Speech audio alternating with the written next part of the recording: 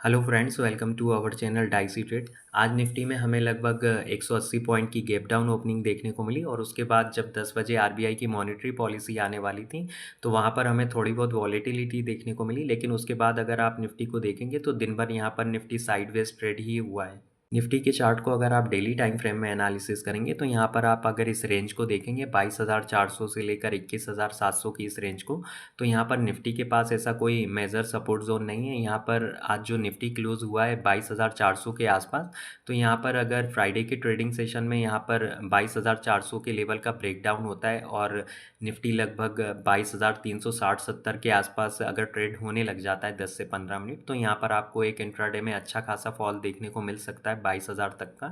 तो यहाँ पर अगर आप देखेंगे जो दूसरा सपोर्ट निकल के आ रहा है 21,700 के आसपास है। लेकिन यहाँ पर ये जो फॉल हुआ था मंडे के ट्रेडिंग सेशन में, जो एक गैप डाउन ओपनिंग देखने को मिली थी, तो यहाँ पर 21,700 के आसपास से ही सपोर्ट लिया था निफ्टी ने। और अगर आप चार्ट को नैरो डाउन करके देखेंगे तो यहाँ पर 21,700 के आसपास यहाँ पर निफ्टी काफ़ी कंसोलिडेट भी हुआ है और ये आप एक बोल सकते हैं कि एक स्ट्रॉन्ग सपोर्ट जोन हो सकता है आने वाले कुछ ट्रेडिंग सेशंस के लिए। और निफ्टी की क्लोजिंग जब तक 22,800 के ऊपर नहीं आ जाती है तब तक यहाँ पर किसी भी टाइप की आप एग्रेसिव लॉन्ग पोजीशंस को अवॉइड करें पोजिशनल बेसिस या कैरी फॉरवर्ड बेसिस पर।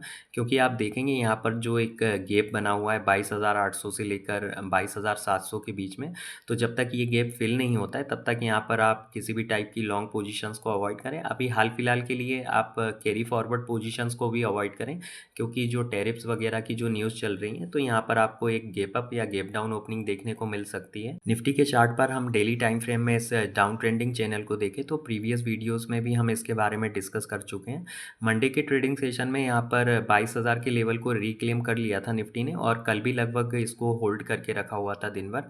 लेकिन आज यहाँ हमें फिर से एक वीकनेस के साइन देखने को मिल रहे हैं। तो यहाँ पर डाउन ट्रेंडिंग चैनल की जो सपोर्ट लाइन है 22,000 के आसपास एक आपको सपोर्ट लेते हुए दिख सकता है निफ्टी। लेकिन अगर इसका ब्रेकडाउन होता है और 22,000 के नीचे निफ्टी की क्लोजिंग आती है 21,960-70 के आसपास, तो यहाँ पर क्योंकि निफ्टी का चार्ट तो ऑलरेडी वीक है ही, लेकिन आपको यहाँ पर फिर से एक अच्छी खासी सेलिंग प्रेशर देखने को मिल सकता है आने वाले ट्रेडिंग सेशंस में। निफ्टी के वीकली चार्ट पर अगर हम मूविंग एवरेजेस को एनालिसिस करें तो यहाँ पर आप ये जो ब्लू कलर की लाइन देख रहे हैं ये 100 डे मूविंग एवरेज है और ये जो ऑरेंज कलर की लाइन है ये 200 डे मूविंग एवरेज है। तो निफ्टी में आप देखेंगे वीकली टाइम फ्रेम में यहाँ पर 100 डे मूविंग एवरेज के आसपास ही वीकली टाइम फ्रेम में निफ्टी ट्रेड हो रहा है।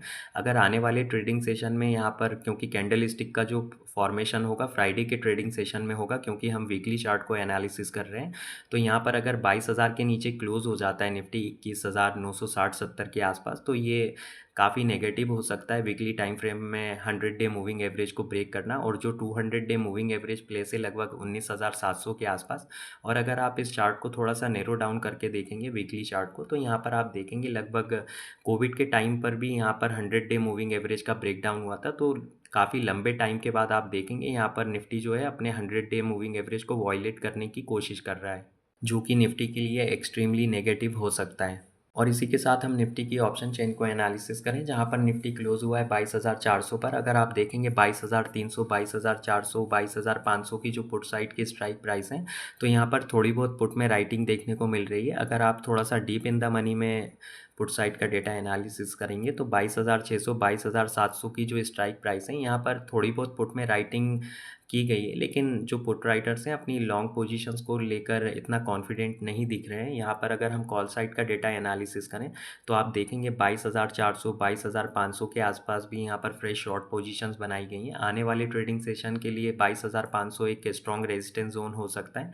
22,600, 22,700 यहाँ पर भी काफ़ी शॉर्ट पोजीशंस बनाई गई हैं। इवन अगर आप देखेंगे डीप इन द मनी में भी 22,300, 22,200 के आसपास भी यहाँ पर एग्रेसिवली कॉल को राइट किया गया है। फ्राइडे के ट्रेडिंग सेशन के लिए जो इंट्राडे में लेवल्स इंपॉर्टेंट हो सकते हैं निफ्टी के लिए, उसको एक बार डिस्कस कर लेते हैं। जहाँ पर निफ्टी क्लोज हुआ है 22,400 पर। अगर आप देखेंगे 22,400, 22,500 की जो कॉल साइड की स्ट्राइक प्राइस है, तो यहाँ पर काफ़ी शॉर्ट पोजीशंस बनाई गई हैं। तो 22,500 के ऊपर निकलना निफ्टी के लिए काफ़ी मुश्किल है। लेकिन अगर 22,500 के ऊपर निकलता है इस ऑप्शन बैरियर के ऊपर और 5 से 10 मिनट अगर सस्टेन होना शुरू कर देता है, तो आपको इंट्राडे में 22,700 तक के लेवल आते हुए दिखाई दे सकते हैं।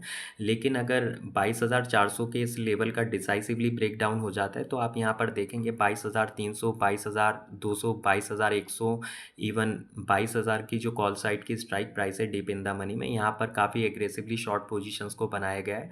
तो निफ्टी में अगर इस लेवल का ब्रेकडाउन होता है 22,300 के लेवल का, तो यहाँ पर आपको इंट्राडे में 22,000 तक के लेवल आते हुए दिखाई दे सकते हैं, क्योंकि अगर आप यहाँ पर पुट साइड में देखेंगे तो 22,300 एक माइनर सपोर्ट जोन है। उसके बाद यहाँ पर एक जो बड़ा सपोर्ट निकल के आ रहा है 22,000 के आसपास, तो यहाँ पर अगर ब्रेकडाउन होता है 22,300 के लेवल का, तो आपको इंट्राडे में निफ्टी 22,000 तक के लेवल पर आता हुआ दिखाई दे सकता है इंट्राडे में।